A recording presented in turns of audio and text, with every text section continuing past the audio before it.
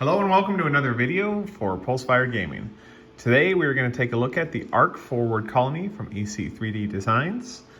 The Ark Forward Colony was part of their stretch goals for their Astra Nebula Kickstarter, which you can now purchase on my Mini Factory, or you can purchase prints from us. Unlike most of the other prints that we've done from them, this was printed at only 100% scale. So this is the intended scale that you get from their supported files. I am planning on doing a 200% scale one, but this one, when it's assembled, it's kind of big already. I mean, it's not like the shipyard big, the ring shipyard, but it's pretty dang big. You can see when you're looking at it, there's lots of greeble and some good detail. These were just printed and spray primered with Rust-Oleum gray. And let's get to assembly. So on the station itself, it doesn't have a stand that holds it together. That means it's intended to have its arms support it. So what we're gonna do here is we're gonna take a couple of the arms and we're gonna put them on. The fitting is actually pretty good on these guys.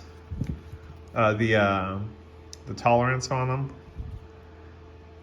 And they go in their slots like so. We'll wipe that, make sure it doesn't leave a bead. And we're gonna move on to the next one. So this comes with 6 arms, and each arm is has a couple different options that are available to it. You can have it with a rod hole, you can have it without a rod hole. You can have it where it has the little dome integrated. And I'll show you that here when we get done assembling here. One thing that I'm gonna do is, because the fitment is so generic on the stands, I'm gonna wrap the stands in some Scotch tape to give it just a little bit of a better feel. The Ark Station was printed in Siraya Tech Fast on an Elegoo Saturn with the pre-supported parts that are provided from EC3D. And the fitment of that one is kind of tense. We're actually going to pull that out, put it in here, make sure we actually do that on screen. I wonder if this part warped or got a little something in there. Whenever you're putting together these pre-supported parts for any product, you probably want to have some super glue around, you want to have some a hobby knife, you want to have tape, you want to have all those kinds of things. We'll go on and paint this here in a little bit. I'm debating whether or not to show painting on a Twitch stream. The big apprehension I have to that is I'm actually not a very good painter. Like, I can put paint on models, kind of, but that's not really painting. That's you know, there's some skill to painting, and I don't know if I'm in that skill. So this guy, which is quite a delicate print to remove the support on, I actually put a little UV light on this before I removed the supports so that it wasn't so floppy.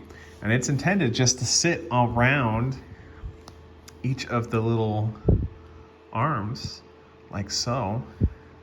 So it gives you a concept similar to, I think, the station in, is it Star Trek Beyond? Kinda?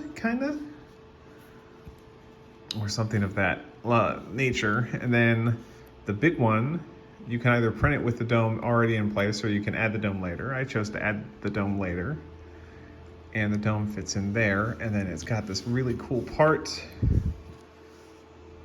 that fits on there. And I'm not going to glue this yet because I don't know if I'm going to keep the domes on there. But that is the station as a whole. To give you a size comparison, this is about the same. Let's get the stands on so we can have this down. It's got a stand on each of the arms. I know this isn't This doesn't make for compelling video, but here real quick, we'll do this.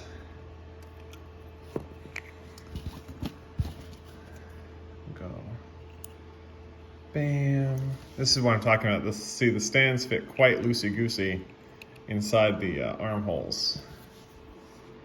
I'll put 3 here real quick, just so we can get it to stand. And like so, and like so, and there we go. Okay, so the station's, when it's printed at 100%, is about as long. I think it's about 5 millimeters shorter, in fact, than the Star Wars Armada MC-80 Independence cruiser. But in terms of most miniatures games, most tabletop miniatures games, that's kind of big. All in all, it's a fun print. It's really easy. The pre-supported parts all come out well. None of them failed. None of them warped significantly. And you know, that's subject to like whether or not you've got your settings on your printer dialed in for exposure and stuff like that. But I'm pretty loosey-goosey with my settings, and it came out great. So it's something that we're happy to feature on the channel. Just a reminder, like most of the videos that we post on here, we are a licensed printer for EC3D. So if this interests you, we'd love to send you a quote. Visit us at pulsefire.com/contact, and we'll discuss it from there. Thank you very much for watching, and have an excellent day.